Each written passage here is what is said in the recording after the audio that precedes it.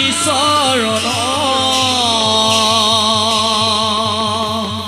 ও সংকটত দেখা দিয়া তুমি নাৰায়ণ হে তুমি নাৰায়ণ কি দিয়া বুজিমে প্ৰভুৱে দোকানী চৰণ সংকটত দেখা দিয়া তুমি নাৰায়ণ হে তুমি নাৰায়ণ কি দিয়া বুজিলে প্ৰভুৱে দোকানী চৰণ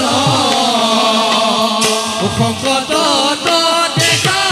দিয়া তুমি নাৰায়ণ